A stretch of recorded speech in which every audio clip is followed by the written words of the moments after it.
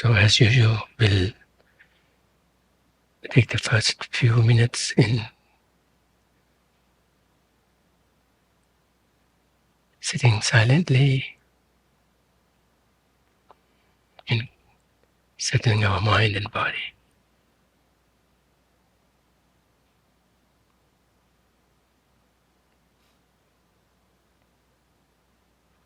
Maybe coming home to the breath and tuning one's attention, awareness to the natural rhythm of the breath, together with sensations associated with it. On the whole, bringing the mind home and be close to the body by focusing on the breath.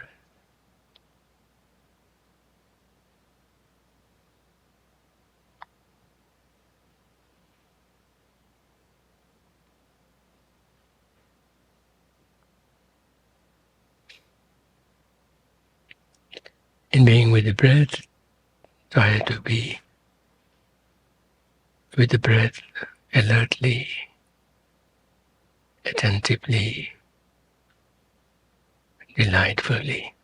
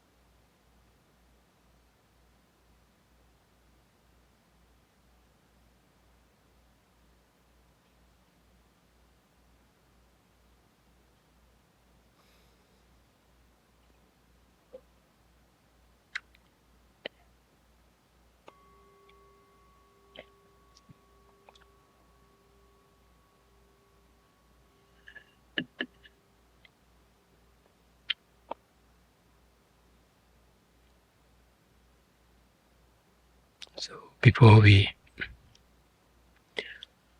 move into the actual sharing, let's, in preparation for saying the homage to Shakyamuni Buddha, cultivate a merit-filled Buddha Shakyamuni in the space above oneself, radiant with smile, compassion. Particularly think of his inner qualities, fine inner qualities of love, compassion, wisdom, and all of the perfections having reached full culmination.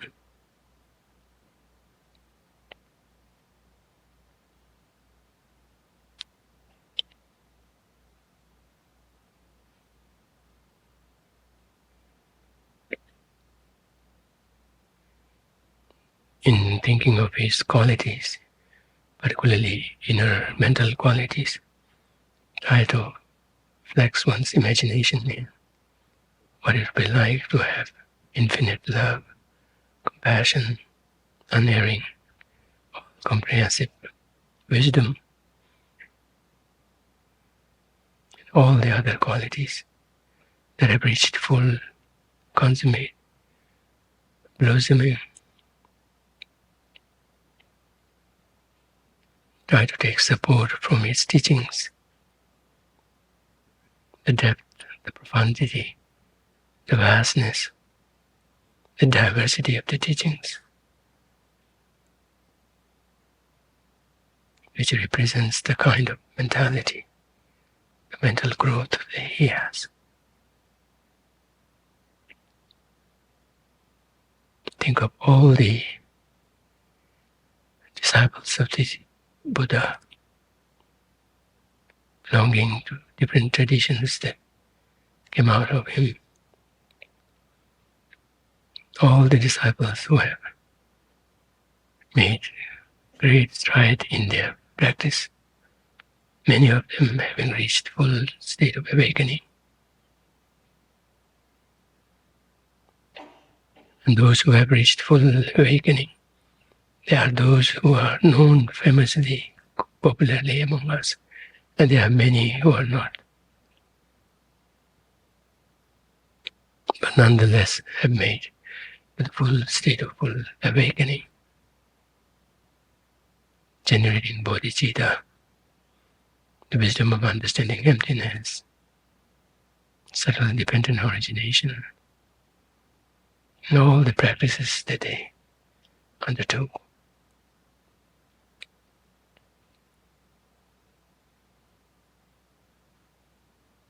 Let this all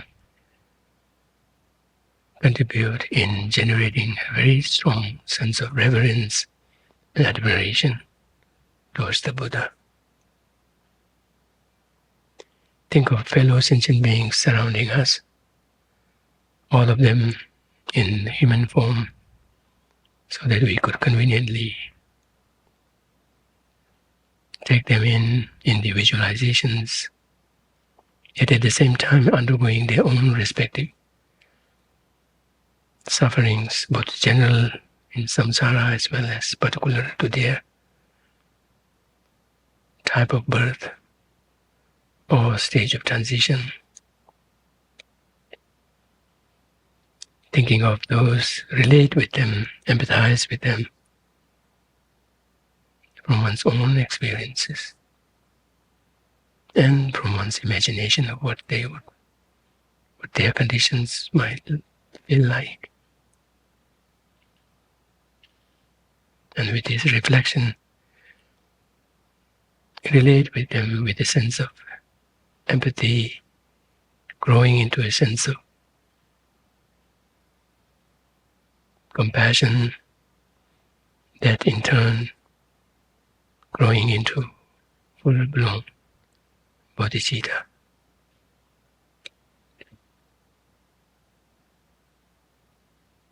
Conjoined with the wisdom of understanding emptiness.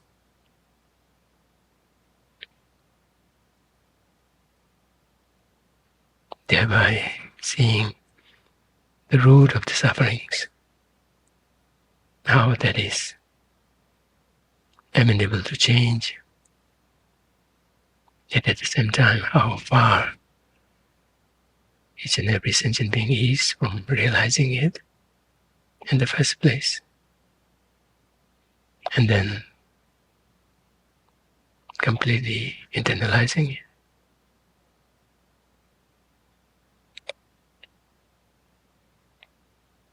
With these visualizations in place, let's say the homage to Shakyamuni Buddha, imagining that one is leading the congregation, all the sentient beings in human form joining us in this.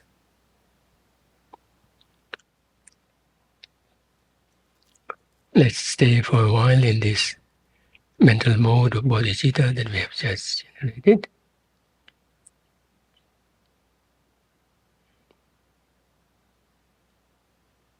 Aspiring to attain full state of awakening, backed by an understanding that yes, it is possible in general, and more particularly possible in being generated in one's own mental continuum. And that too for the sake of all sentient beings.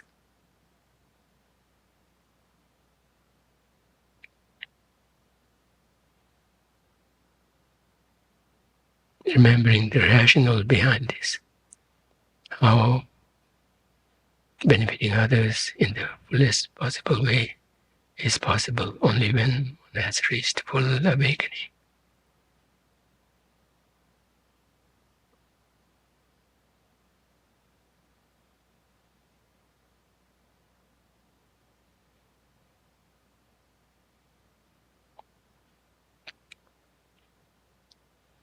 And in particular, think of the great fortune and freedom that we have in making the most of this precious yet rare human rebirth,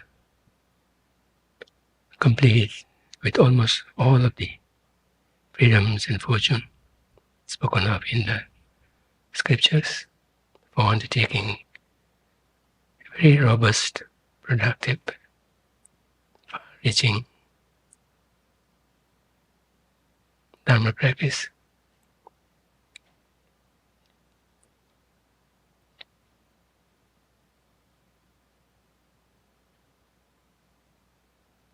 And that too, in particular, in the light of our unfailingly recognizing afflictions to be the main culprit, the main obstacles to overcome on this path. In this regard, we recognize afflictions within us when they arise, or at the very least, we know what they feel like, how destructive they are, how unfounded they are in their reasonings, in their stories, in their promise.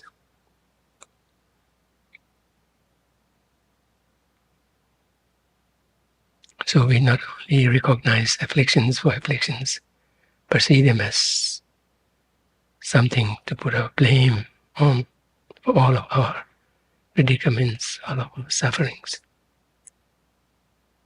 We have come to recognize afflictions as something to be averted, not embraced. Yet at the same time, realistically accepting and admitting that they are hard to overcome. They have a very strong grip on us. And we also know the reason behind this. And particularly seeing our own habitual patterns before we met with the Dharma. And even after that, how the residues of them are still strong, going strong within us. Yet at the same time, through our reflections, as well as through our studies, teachings that we have heard, we have somewhat come to know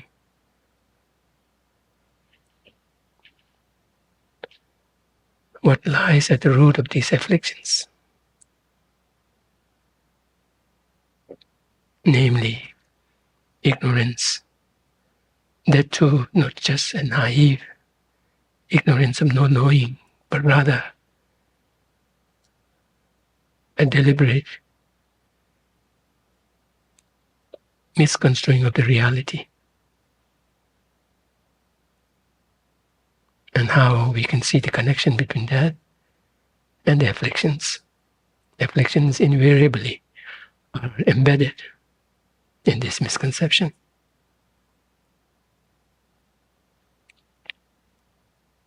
And how through our reflections, sharings, deliberations, exchanges, teachings that we've heard, and from our meditations,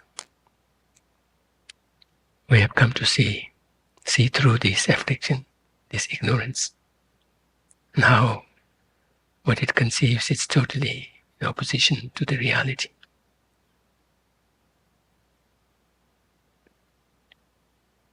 Thus we see that yes, freedom from the afflictions is possible because the root of it can be overcome because it is not in line with reality. Thus it cannot just be exposed but also be undermined, weakened, and eventually completely replaced by a proper understanding of the reality.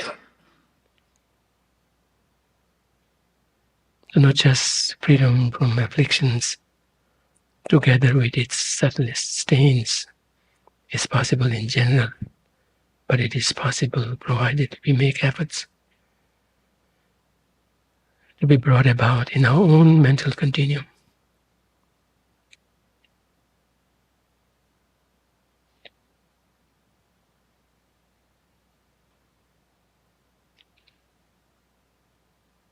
Thus, it's high time that we realize the preciousness of this opportunity, make the most of it, particularly on the basis of a general understanding of the roadmap as such, from here to full awakening. Based on that, making one's practices very vibrant, strong, rooted, from wherever one may be. And yes, the best way of making full use of this opportunity would be to aim at full awakening for the sake of all sentient beings. And let's become full determined to make the most use of this precious human birth in general, more particularly this very moment of sharing, reflecting on the Dharma, so that it may contribute towards that noble goal of full awakening, achieving full awakening for the sake of all sentient beings.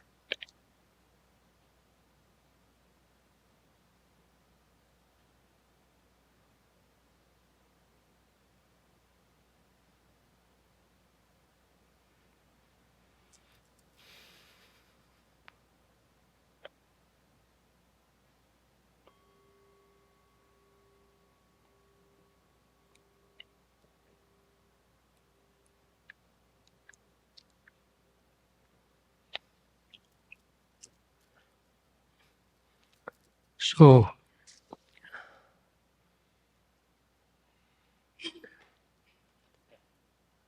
in general, there is understanding, there's a saying that Buddha has taught many entry points to the Dharma. Some count around 100 or maybe even more than that.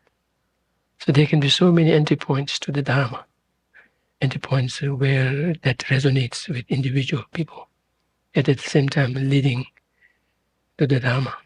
So one entry point that I see is by seeing the entirety of Buddha's teaching as a way, directly, indirectly, to address the afflictions.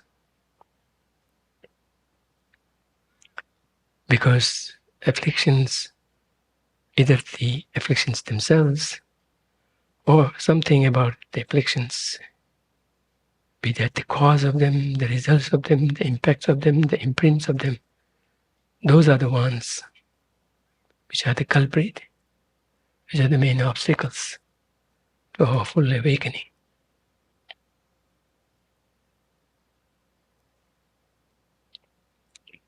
And I see this way of approach very universal and very appealing and very reasonable, without having to give in to any kind of belief or faith or whatnot. The reality of afflictions is here and now. And then from there we can infer what the outcome will be, what the effects will be, what the impacts will be, how it comes, like that, and what are its limitations, limiting impacts on us, its constraints that it imposes on us in our prospect of realizing the full potential of ourselves. How it is a stumbling block in really realizing the best that we can offer, that we can come up with. And likewise, it's the same case with others and our relationships with others. In a way, we can say the full awakening is dependent on eliminating not just the afflictions, but the subtle traces of it, the bhakjas of it, the subtle instincts of them. Unless and until we eliminate them, there is no way to attain full awakening. But before that, there's the possibility of uprooting the afflictions, making them completely irreversible, to abandon them completely irreversibly, so that they cannot, no matter what circumstances we come upon, they cannot be generated at all. And that state of being is called liberation. There too, afflictions are the culprit that keeps us from that. And then, even before that, afflictions, unless and until we undermine them, make them weak, whatnot, they can assert their presence, their force, their prowess upon us, and thus trigger us into so many negative actions of body, speech, and mind. Those are the karmic causes, karmic actions that lead to lower rebirth in the meantime. But then before that also, even in this very life, here and now, under the influence of the afflictions, we ruin our relationships, our own prospects of joy and happiness, here and now. So in all of these, afflictions are to blame. And afflictions do not come by themselves, but they are because of the causes and conditions leading to them. And of the main cause is the ignorance. And looking at the ignorance itself, which is the cause of the afflictions, or the most of the afflictions, although the ignorance in one way And one way of categorizing is itself included among the afflictions, but what makes it stand out is all the rest of the afflictions that we can identify with in general as afflictions such as anger, jealousy, greed, which has taken on this very specific form, distinct, discrete form of their own, with their nature of destructiveness in whatever sly way or obvious way or whatever.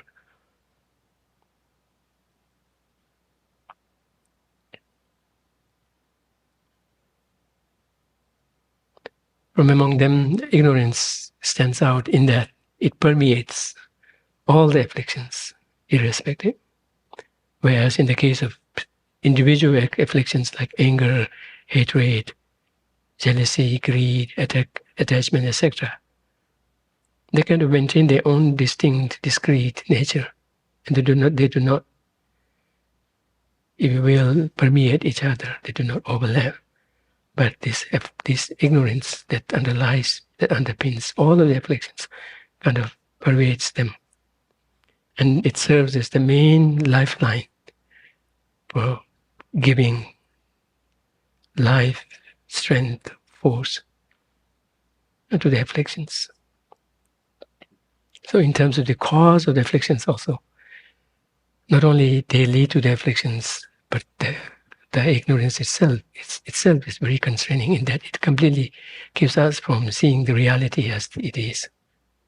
And thus, from the get-go, we are completely deceived by it. And what prospects can we expect from it? Then be deceived further, deeper.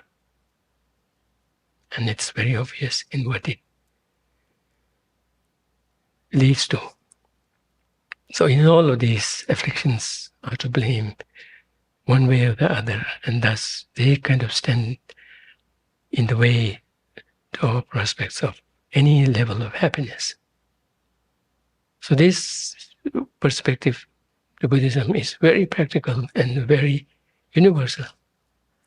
And that's something that could be shared among all, in a way without having to contradict with any of the individual religions' basic premises.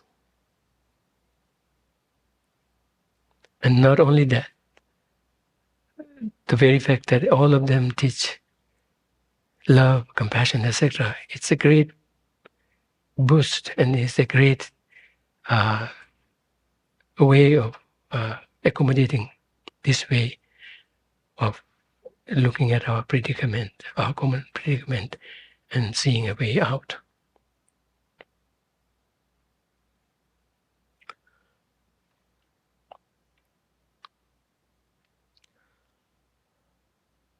So that's the reason why I use this for our reflection and cultivation of motivation this night. That said, we have some work to do.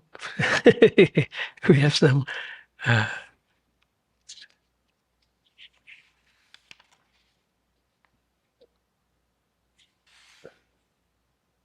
some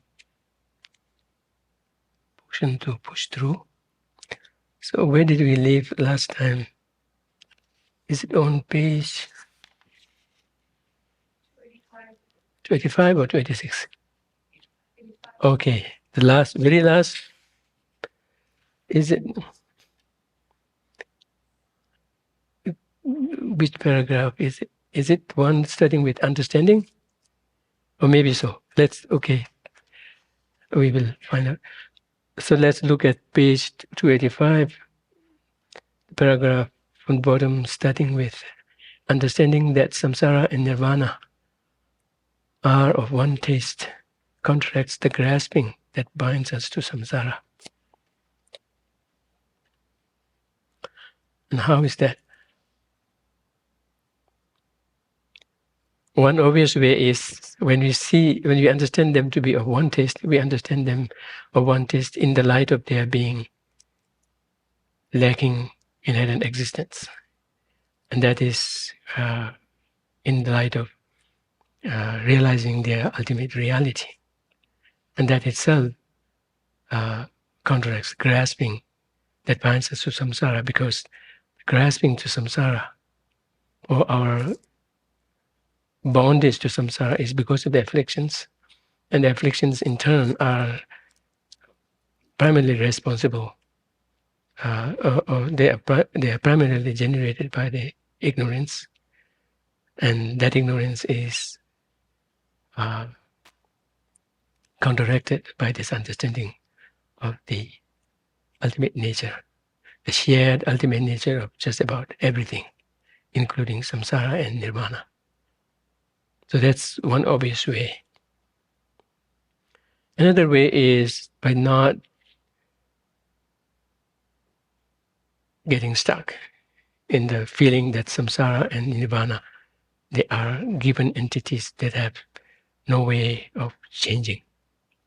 Because if we see them in the light of being inherently existent, that means they are there by their own power of being, and thus no power whatsoever can ever affect or change them.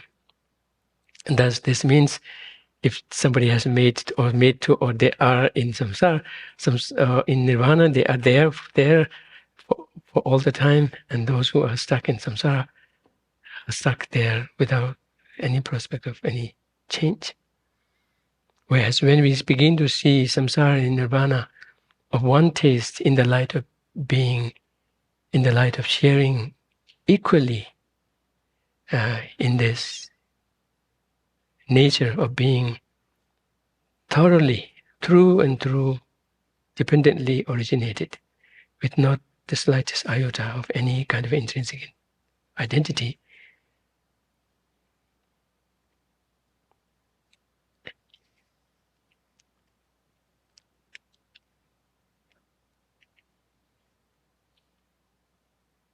then we begin to see, yes, samsara and nirvana are as relative and dependently, relatedly established things, not something intrinsically given in their own specific, concrete ways.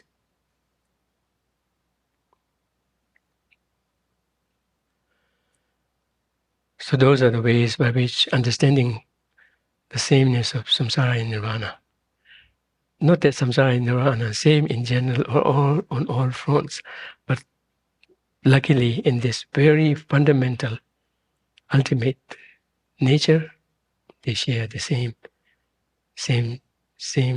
level of existence, mode of existence. Seeing both of them as empty of true existence, we become confident that however many faults samsara has, they can all be eliminated. And particularly in the light of seeing the connection between the ignorance that completely misconstrues the ultimate nature of reality and the afflictions. When we see the connection between them, then which amounts to seeing them as empty of true existence, then we begin to see how the very foundation of the afflictions is not stable. It has been made stable by our habituation, by our kowtowing to the ignorance and to the afflictions, not because of any other reason. And thus, there's this possibility of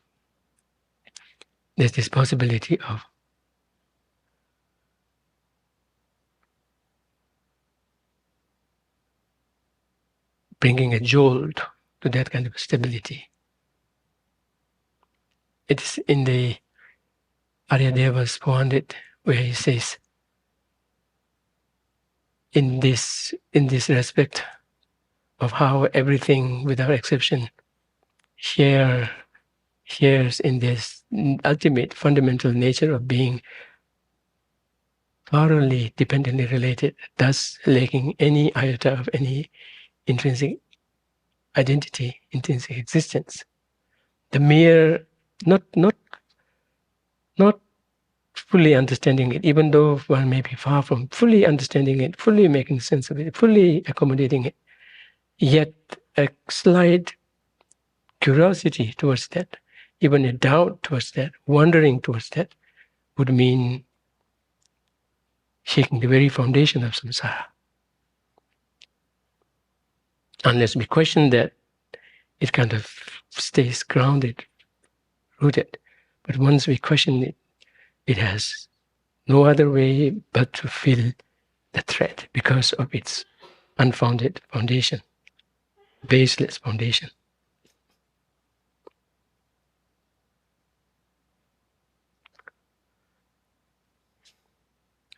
But it's not just enough to say this. One has to really make effort, how much hard it may be. One must really make effort in really understanding this ultimate nature of reality in the form of what we call emptiness of inherent existence, or the subtlest interdependent nature. Because this part of the practice is something that cannot be compensated by any other means, such as prayer. Oh yeah, let me look at the list. His Holiness really doubles down on this by coming up with a list saying, this will not have, this will not have, this will not have. So in the list, the first one comes prayer. Merely praying that may I understand emptiness is never going to be enough. Dogwajapa. Yes, you have come to know the Tibetan Buddhist custom of clapping in particular way, which means dispelling the obstacles. Say, ignorance, you go, you go, you go. It will not budge. It will just have a fun times. Ha ha ha ha ha. That's the way they want to displace me. No way. In Tibetan Buddhist culture, particularly around Losar, before Losar sets in as a way of closing the old year, we undertake major rituals, even at the government level. Burning ritual cakes, huge, with what do you call, so many masks. But no matter how many of those we do, we call that torja, ritual, huge rituals. That's not going to shake the ignorance. Chulgor chuba, yantra. There are certain, and this you do not see in the sutras as much, but once we enter into Vajrayana practices, there are these different measures. Of course, by themselves are not considered to be enough, but people tend to take them to be enough and not do their part of cultivating them. But they can only be powerful when they are, what you call, accompanied by very strong concentration practice and appropriate cultivations. So yantras are not going to help. Chinsek is fire puja. Big fire puja, and said, you go in, you go in. Ignorance, you go in, you gone. The next day, it will not have gone.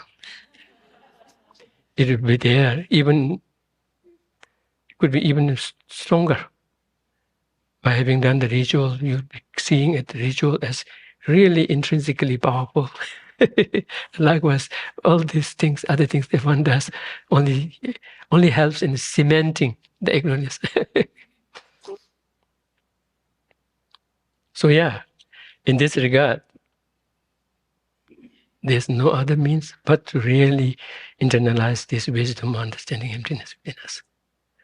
And in the scriptures, and maybe you have noticed this, I think in Tsongkhapa's, there are a group of Tsongkhapa's compositions which are pithy, almost recitable compositions, such as something called Is Destiny Fulfilled? That's a weird translation. with destiny fulfilled. Maybe partly because I myself do not understand what is being said there. But what it is saying, Tokju Dunlegma, this is his biography. But biography drawing mainly on his process of study. This is one of the biographies, autobiographies, Tsongkhapa, where he particularly draws on his process of study. In a way, that kind of lays out how one should pursue the studies. So recalling them, he adds a refrain after every stanza, saying, thinking of this, the prospect ahead looks bright. Thinking of this, the prospect ahead looks bright. Thinking of this, destiny is fulfilled. This substance. Thinking of this, the prospect ahead is bright. And I have done this. The preceding masters have done this, and their follower in me, I have also done this, like that. So there, Tsongkhapa particularly makes very clear that in terms of pursuing the understanding of emptiness, if one is a beginner, then the only way to go about is by first understanding it intellectually. First get it in the head. And then, yes, think of then bringing it down slowly and slowly into the heart. But if one has understanding of it and involvement with it, engagement with it, with very, very strong habituation, a very strong involvement from past lives, then yes, one could just quickly go to intellectual understanding of it and then land on an experiential engagement with it. But other than that, the only way to do that.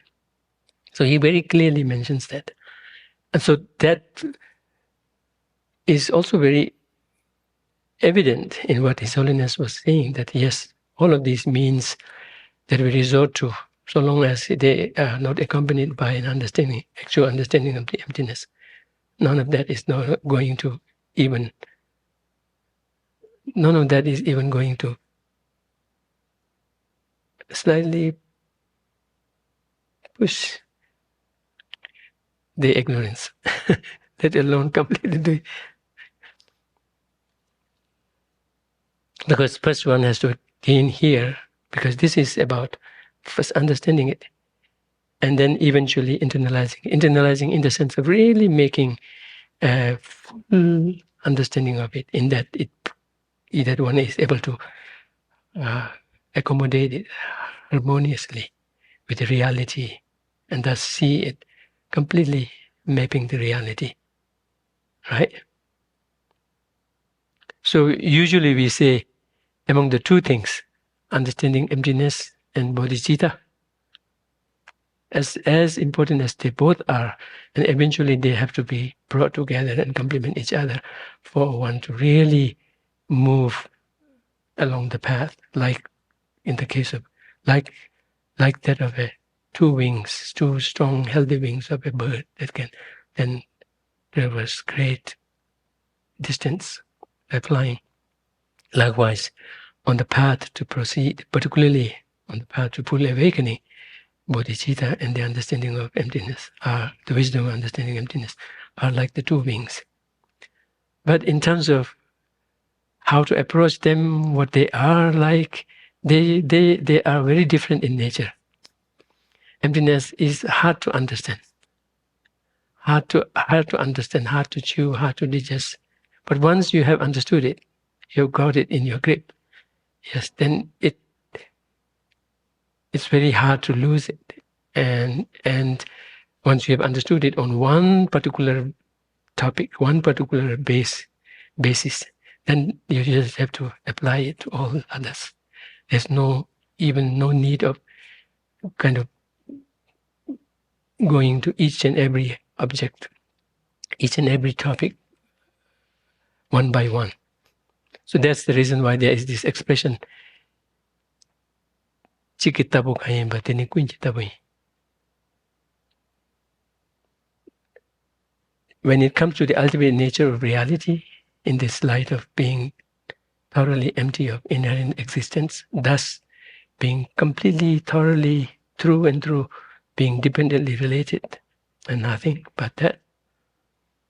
In terms of that nature of thing, it is the same as in everything. The nature of that in one object, on one basis, can be totally, fully applicable to every phenomenon. So that's why it's just a matter of merely wondering what this is like, and there's no need of any extra wisdom, any extra valid cognition that needs to be mediated between this understanding of the next and the previous understanding on a other topic. So it's hard to understand, hard to understand in the sense of really making full sense of it, so that it does not contradict the reality, and one comes to a full, what do you call,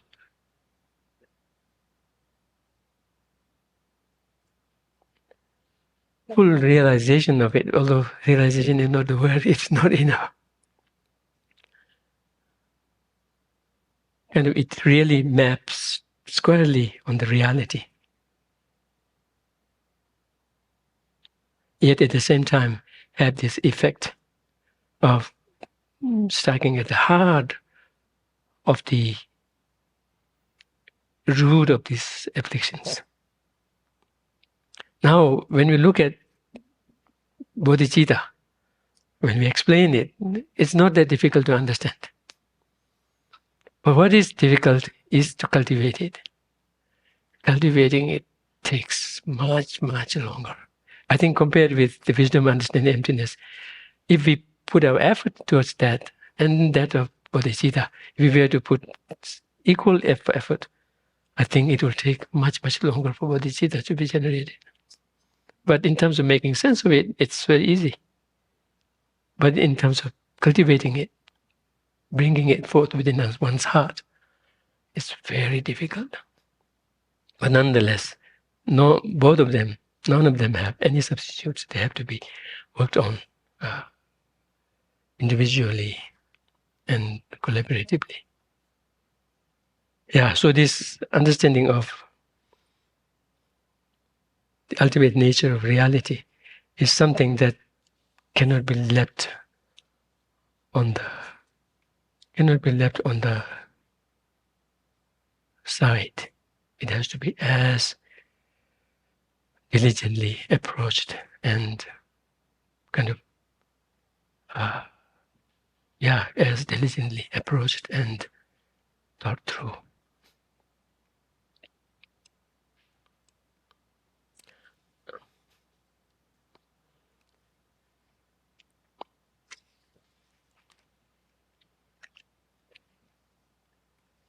So, yes, seeing both of them as empty of true existence, we become confident that however many falls samsara has, they can all be eliminated. So yeah, but this has to really click within us by seeing the reality of the ignorance within us, by seeing the reality of the connection between the ignorance and the afflictions, and seeing how the other afflictions are totally dependent for their life force, for their vitality, for their energy, for their strength, for their stamina, on this ignorance. That has to be understood very clearly and very without any hesitation. And then it will dawn on us that yes, afflictions, no matter how strong they are, they can be eliminated. And thus one will begin to have a glimpse of the end of the tunnel for the first time. Otherwise it will keep like going. I remember very clearly when we were going on tour, the first few months would be like that. going into a tunnel, not seeing the end of it, going. Because maybe the organizers would not have decided when the tour will end. And they're still looking for programs to come. So they wouldn't have that information at hand. And we would feel like just going without end. And then when they will decide, yes, this is when you're leaving, we begin to see a light there. And the whole dynamics changes. One begin to beam. Even while one is just all by oneself. Because the tour is going to end. Each moment, however you pass, it's getting you closer and closer. So likewise, one will begin to see this. Otherwise, no matter how much we succeed in all other parts of the practice, it's just like not seeing the light of the tunnel and not approaching closer to it. And all of our recitations after lunch, they all kind of bring home that message. So this is so important. We cannot stress this more. And particularly having attained this precious human birth, just as bodhicitta is important, likewise, this wisdom, understanding of emptiness is so important, if not more important.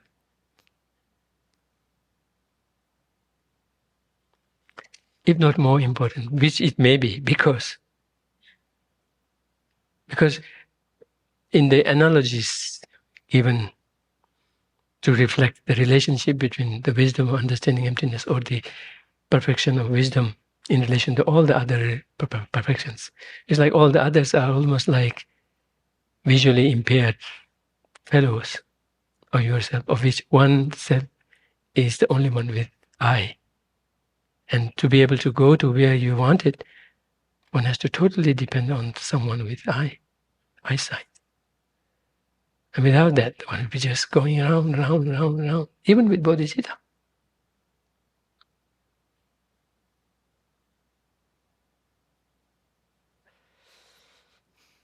Yeah, even for virtues,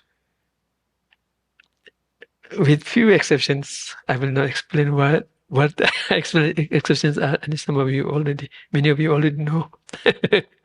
But with very few exceptions, all the virtues that we accumulate, for them to really contribute to our contribute in the sense of really go into that deposit that pays for achieving full awakening. Of course, it has to be touched by bodhicitta, but at the same time, it has to be complemented with this wisdom of understanding emptiness. Otherwise, a major factor in that will be lacking. So this cannot be emphasized more. And His Holiness does this in one of the ways by listing these things and saying none of this is going to come close to even just jolting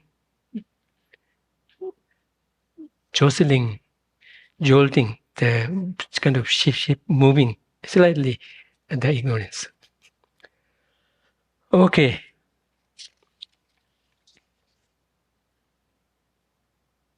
Yeah, and the way to understand it fully, there are several several clues, several tips, if you will, several tips that His Holiness the Dalai Lama throws here and there. One way to prepare for that, to approach that, to prepare for that, is to first make very sure that things are dependently related. Of course, one cannot do that in terms of the subtlest dependent origination yet. Of course, to a certain extent one can. How things are imputed in the sense of how things are not findable from their side if we were to approach them, even on a conventional level. They are not findable both conventionally as well as ultimately.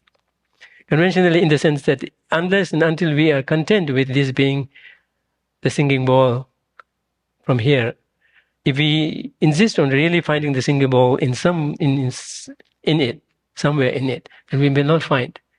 Although that way of searching for it, is searching for it conventionally, not ultimately. So no matter either you pursue it conventionally or ultimately, in both ways, it's not findable. So if it is not findable there, it says that it does exist because when I hit it, it makes sound and it takes some space. It asserts its existence very strongly, one way or the other. But nonetheless, so intriguingly, it cannot be found the moment you begin to search in it. If you cannot find it in it, where else can you find? But it is not findable, even conventionally. That speaks volumes about how it might be existing.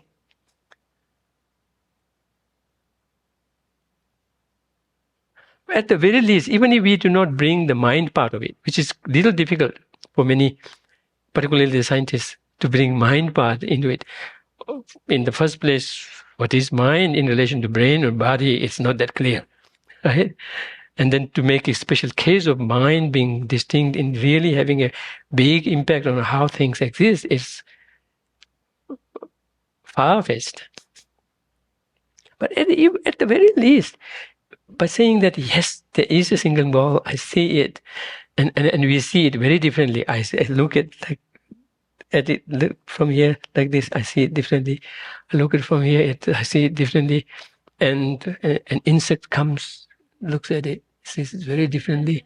It's like the whole sky is a big singing ball. And when it goes into it, it's, I might fall in it. Once it falls in it, it cannot get out of it. But nonetheless, it is not mistaken in seeing whatever it sees. It's not mistaken. Of course, among the insects, we can make a case of some insects are mistaken, some are not, within their insect context, insect world context. But we cannot say every insect is mistaken in seeing what it sees in relation to it. They are valid in there. So the validity part of that is also contextual. This is quite interesting, right? So nonetheless, although it's there for sure, yes, it is definitely there, and you bang against it, it will fall, all of that. But nonetheless, the moment you begin to search, not being content with the mere, almost like a mere,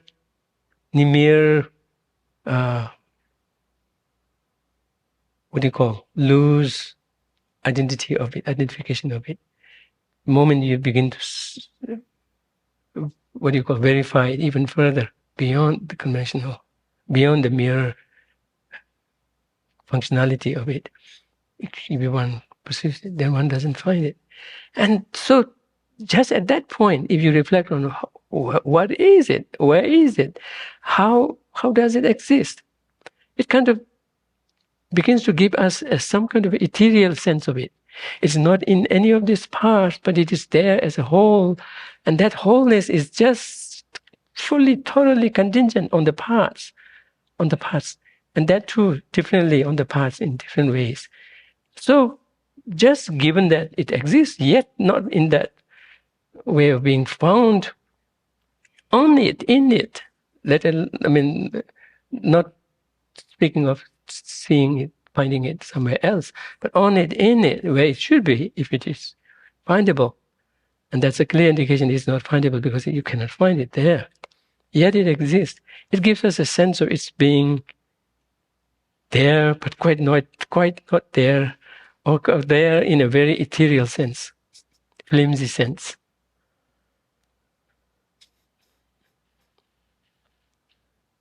So His Holiness suggests that, yes, before we throw ourselves fully into understanding its empty inherent existence, first very clearly make sure, without doubt, that it exists, that it functions, that it operates. So that after you really look into the ultimate nature of it, and you begin to find that it doesn't have any inherent existence, you will not have to question whether it exists or not. The existing part, it's well established. And then when you pursue it and you match it with the reality of its existence, then the combination can give you some more fuller picture of its actual existence. So in terms of seeing its dependent nature, one could also bring the dependence in the subtlest nature, not just on the causal nature in the chronological order, in the temporal sense, it being cause, dependent on cause, but also because when we ascertain it's dependent on cause, it's like saying, yes, it comes from a previous cause, but in terms of itself, it's there. And then likewise, this becomes a little fuzzy when you question its relationship with when you look at it and in relation to its parts, because now you are speaking of its dependence on something that is in real time together with it, not chronological. So that really questions the way it exists. And so that kind of brings us closer to seeing the flimsy nature of it, construct nature of it, but not quite fully in the most subtlest, because not doesn't necessarily really kind of bring us to its contingency nature on its basis of imputation and the imputing mind. It only shows its dependence on the parts. Apart from the parts, there is no whole. So you bring that dependency or that relatedness, that dependency, first from the temporal sense of depending on a preceding thing to depending on its own parts here and now while it exists, with which it shares one entity, nature. Whereas with a cause, it will be a different nature, different entity.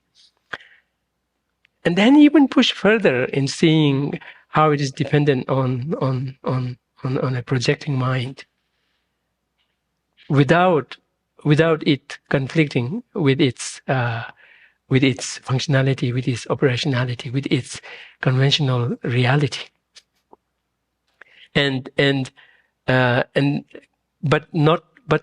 But until and unless one has fully negated the objective reality of inherent existence on it, there's no way to fully understand the dependent origination in this subtlest form, because it is something to dawn afterwards. But nonetheless, even while preparing for it, you could explore that and see to what extent you can push its reality. So that's what His Holiness suggests in way of preparing for it. First, really fully make sure, who was this? There's this Western philosopher, Descartes, right? Was it Descartes? Yeah. Who questioned everything. And he said, I am, I think, therefore I am. All the rest he could rule out, question, oh, they may or may not exist. But what about this guy? This guy is thinking. So therefore, and then he starts from there and saying, yes, others may exist. Yeah, but then in terms of seeing whether one's understanding of that is on track or not, is to see how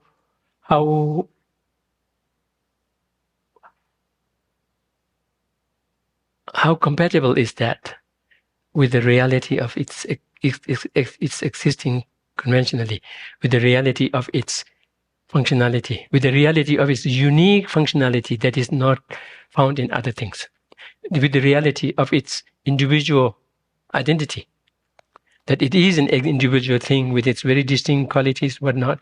The pursuance of the understanding of emptiness should not conflict with that. If at all, it should even accommodate that. It should even affirm that, reinforce that, and thus be able to reaffirm its lack of, or reinforce or reaffirm confirm its lack of inherent existence on the very basis that it is functional in the way it is by sheer virtue of being contingent on others.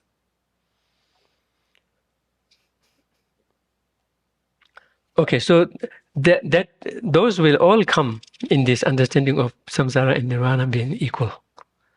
But just merely saying samsara and nirvana are equal in being lacking inherent existence is not enough. Okay. They can all be eliminated. So one important thing about emptiness is, yes, it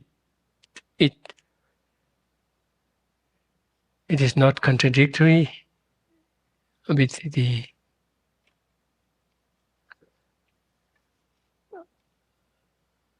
the actual reality of things. I wanted to say conventional, but it is such a cliche that sometimes it doesn't make any sense. Right? It's just almost like we are looking for an excuse for saying it for the sake of saying it. But what does conventional reality means? It's being actual. It's being real, but real only dependently so, not independently in and of itself, but dependently so, but nonetheless very real, very functional. So that part is very important, and yeah, I think it will come up here, and it will bring it up, something that I wanted to. Okay, so then we are. Okay, yeah. I thought we will go. I thought this was a very short paragraph. We could just. And all the excellent qualities of nirvana can be actualized. The reason why all the excellent qualities of nirvana can be actualized is because the very stumbling block, the obstacle in the way of realizing nirvana would have been undermined and would have been made possible to be overcome by understanding emptiness. So it lies in this understanding of emptiness for one to realize the reality of nirvana and full awakening. So all excellent qualities of nirvana are totally dependent on whether or not one succeeds in identifying this ignorance for what it is and being able to really see through it and undermine it and weaken it, and then eventually completely uproot it. It's a matter of stopping the causes for samsara and creating the cause matter to attain nirvana. So, in a way, samsara and nirvana are right here.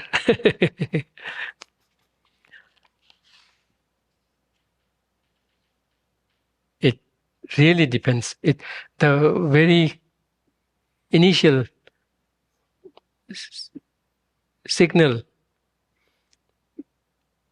to parting ways with samsara and befriending with nirvana is, I mean, when we speak of just nirvana, not enlightenment, then yes, the key really lies in this wisdom of understanding emptiness. So strongly so.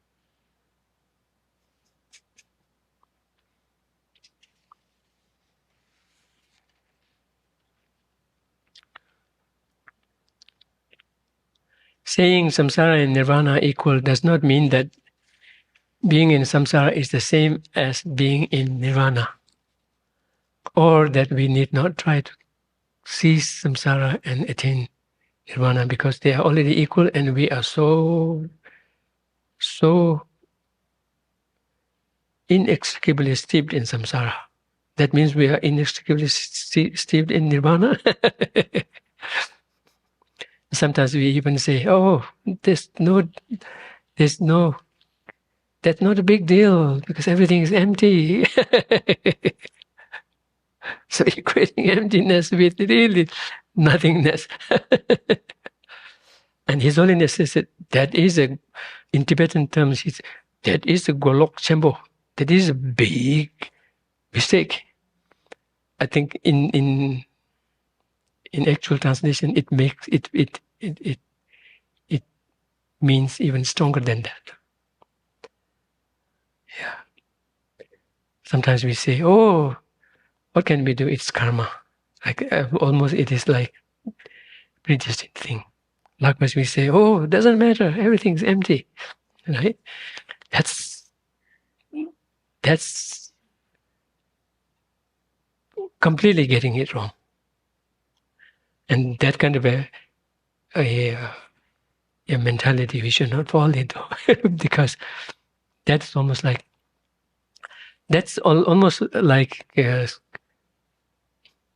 the scriptures. It specifically singles out two types of beings for whom the teaching on emptiness can be halted, can be postponed for a while. One is who has no interest whatsoever in emptiness and completely kind of trashes it. So that's like they themselves are completely turning back to it. There's another one who says, "Oh, yes, emptiness. So good. Yes, the moment I hear emptiness, I'm really relieved. And I feel so drawn close to it. Because when you speak of emptiness, then my debts, payments, they also are empty, so I do not have to pay them."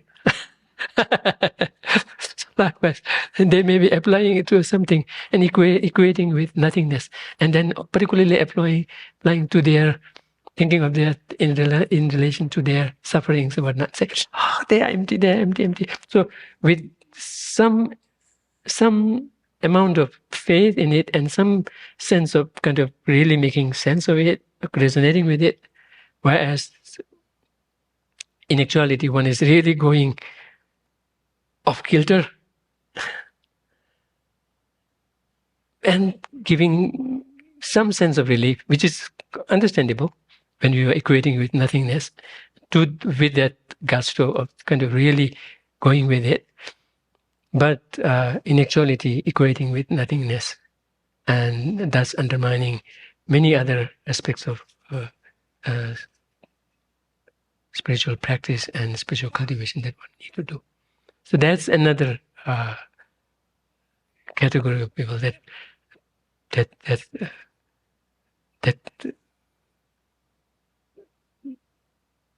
scriptures suggest to kind of proceed slowly with them, if not fully shutting them down. One could proceed very cautiously in bringing the aspect of conventional reality, the dependency part of it, functionality part of it.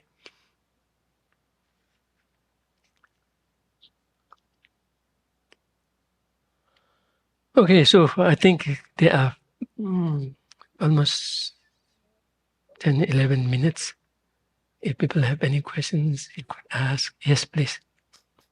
So Singapore, Fosa asks, is Nirvana subjected to the power of change? I think I get that question. Nirvana, by its very nature, is considered to be uncompounded. So that's not subject to change as such. But at the same time, what we call compounded, uncompounded and permanent, in a way is subject to change in the sense that it ceases every moment. Not change into something else, but it ceases. The prior moment of nirvana is not the present moment of nirvana. So in that sense, it does cease moment by moment, but not change or transform or degenerate, all of that, none of that.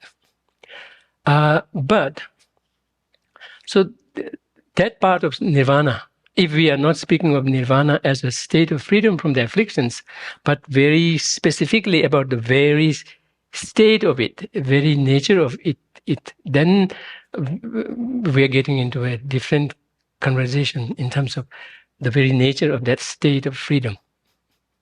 And that state of freedom itself is not generated, itself is not produced by causes and conditions. But at the same time, it didn't arise in and of itself. There were efforts on the part of the person in tackling the afflictions with the corresponding powerful path, and thus the path tackling, path that is the antidote to the afflictions, tackling the afflictions renders them totally irreversible. And that state of its having rendered is reversible, which is almost like a byproduct.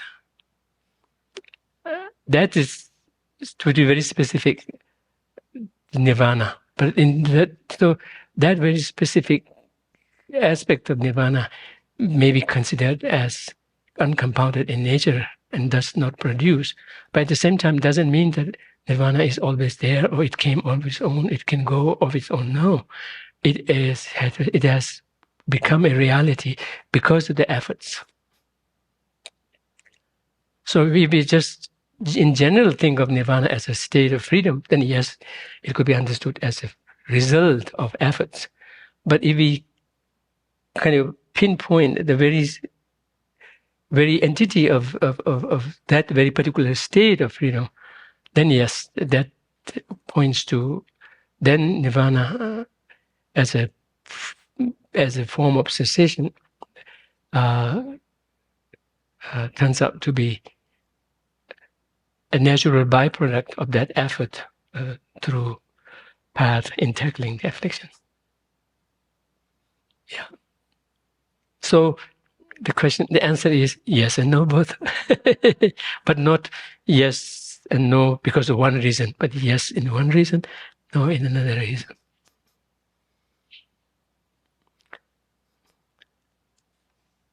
Yeah, that part I particularly remember. You remember I mentioned when I was in school, the part about dharma, the part about what is actual dharma, which is the actual protection.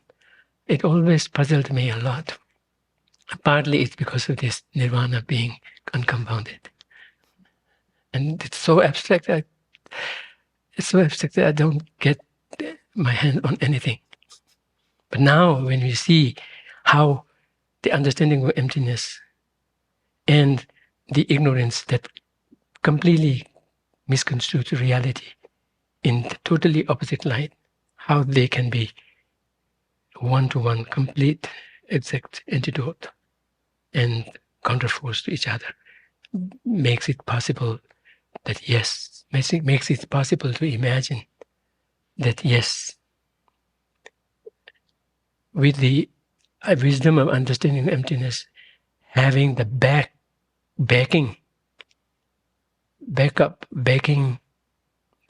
support of the reality when they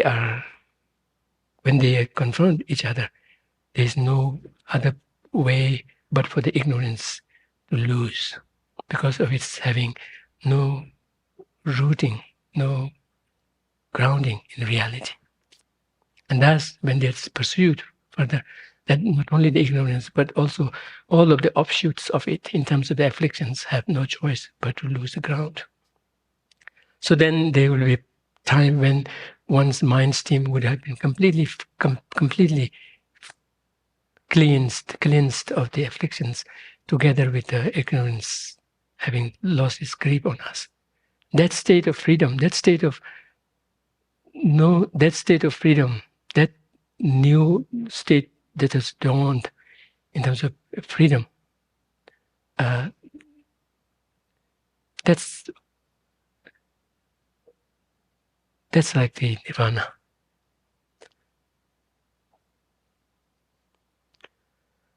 Any other questions? Yeah, please.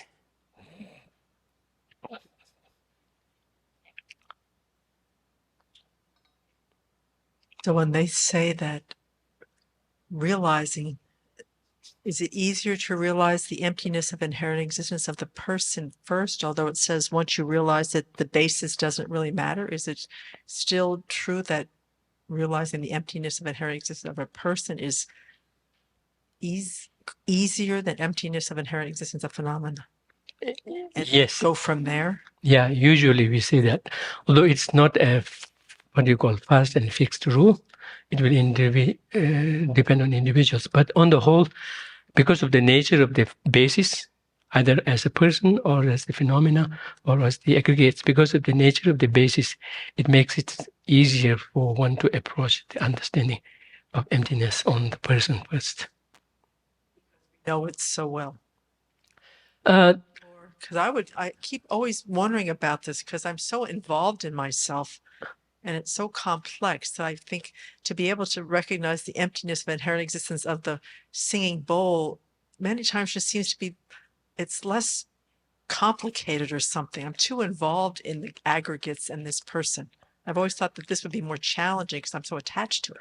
Yeah. So, as I said, even in the scriptures also, it's a general rule. It's a rule of the thumb, not a fast, fixed rule that everyone has to go through it. That's not needed. But at the same time, how we make sense of this relatively easier and harder way, and the harder way to understand emptiness is the person. Unlike the singing bowl is a little difficult. You said singing bowl may be a little easier, but I want to challenge because the person is abstract. By very nature, the person is neither the mind nor the body, nor physical body, nor consciousness. It is something in between. By its very nature, it is abstract. But in the case of the singing bowl and book and others, they are not. I mean, I want to go there. I want to even see book as the abstract, but the book is a physical thing. The singing bowl is a physical thing, but not the person. Person is not the body, neither a physical thing, nor the consciousness, neither is it any consciousness at all. It is something in between. So it, by its very nature, by its very existence, it is the moment we question it, we can kind of see it's kind of somewhere in between nature, and particularly its abstract nature. So because of its abstract nature and not being able to locate, not just not locate, because that part will be applicable to everything else, but on a very gross sense also, it is neither the body nor the mind. Nor and from that, not the collection of the body and mind, which is not that different from mind and body. Its very nature, it is abstract in nature. Because of that, that's approachable. Like of seeing it being, unless one identifies it with the body, with the mind, then when we link them together and say this is the me, then yes, one is almost giving the same nature as a singing bowl or as a book. So in that case, then first one has to kind of tease apart. Yeah. But the person is, by its very nature, kind of situated in that form, in that way. Sorry I'm not exactly asking you to repeat what you said, but I have a difficulty with the things about nirvana. Mm-hmm. I get some of the ideas in the sense of nirvana is considered to be permanent from a certain perspective, I guess you would say. But that part that is considered to be permanent, is it an absence? Is it it's not a state of mind? Is it like one of the things where a book is impermanent, but something being a book is permanent? I see. What are the actual technical terms for the part that is permanent and how you might describe it as impermanent? I think that might help me. That's a little difficult. But usually, you must have come across this analogy in washing clothes. Have you come across that? Right? So yeah, all you do is you're rubbing it, and you do not necessarily work to get the stains, the freedom of the freedom from the stains that comes in the wake of it. You just deal with your afflictions, stains, and consummate to how much force, effort, and other things that you've done. To that extent, the level of afflictions will be gone. So in the wake of that, there is this absence of it, absence of the stain. And that is nirvana. That's the reason why nirvana is non-affirmative in nature. That's why in many of its you could call epithets, different ways of calling it. One is it is called cessation. It's called peace and freedom from nyangde, freedom from nyange,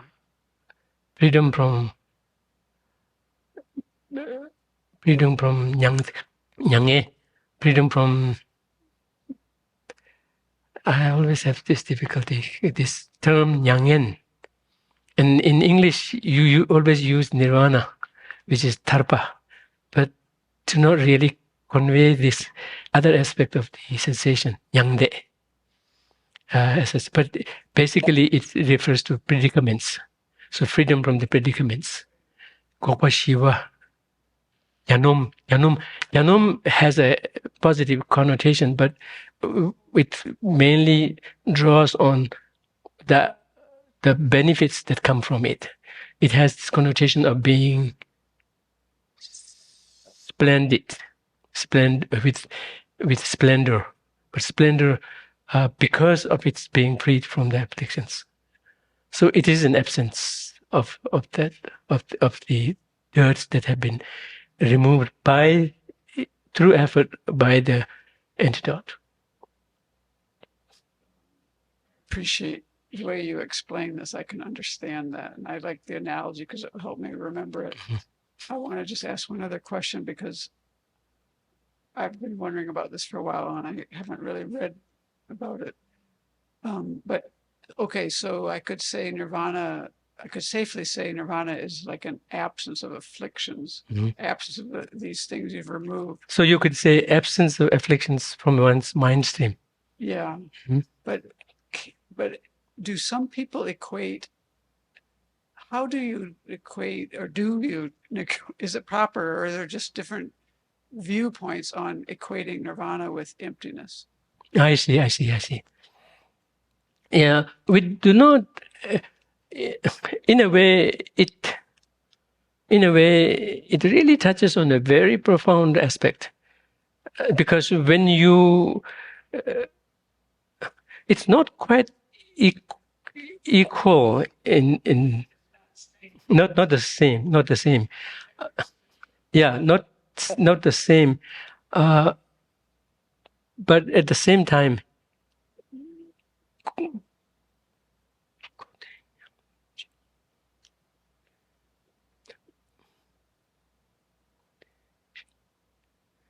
yeah, but at the same time, when they say cessation is the ultimate reality, it has to do with the mechanism of how you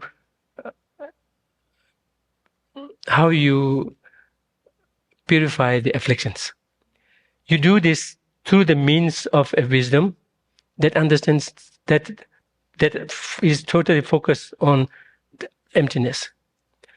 And why emptiness works? Because the root of it, what holds afflictions from getting off of us is because of the ignorance, the grip of it. So it's in the face of the ignorance that the wisdom of understanding kind of throws this reality of emptiness in it. So this purification happens within the sphere of, I don't have any better way of calling it, within the sphere of emptiness. And that's why that freedom takes on the form of emptiness. So, because in the ultimate, the main tool the only tool that really ultimately matters is wisdom, but not just wisdom on anything, but wisdom on understand emptiness. And it's almost like you have the emptiness at the tip of this tool. Now with this, you can really strike at the very heart of the afflictions. And thus the affliction itself gets dissolved, in a way gets dissolved or gets freed of us within this force of emptiness. And thus we have a saying that it is dissolved or it is purified within the sphere of emptiness. And thus that state of purification takes on the form of emptiness. But not everyone. It is not a universal statement. Even within the monastic yigchas, they differ. Yeah, you're welcome. Okay, we will stop here. Thank you.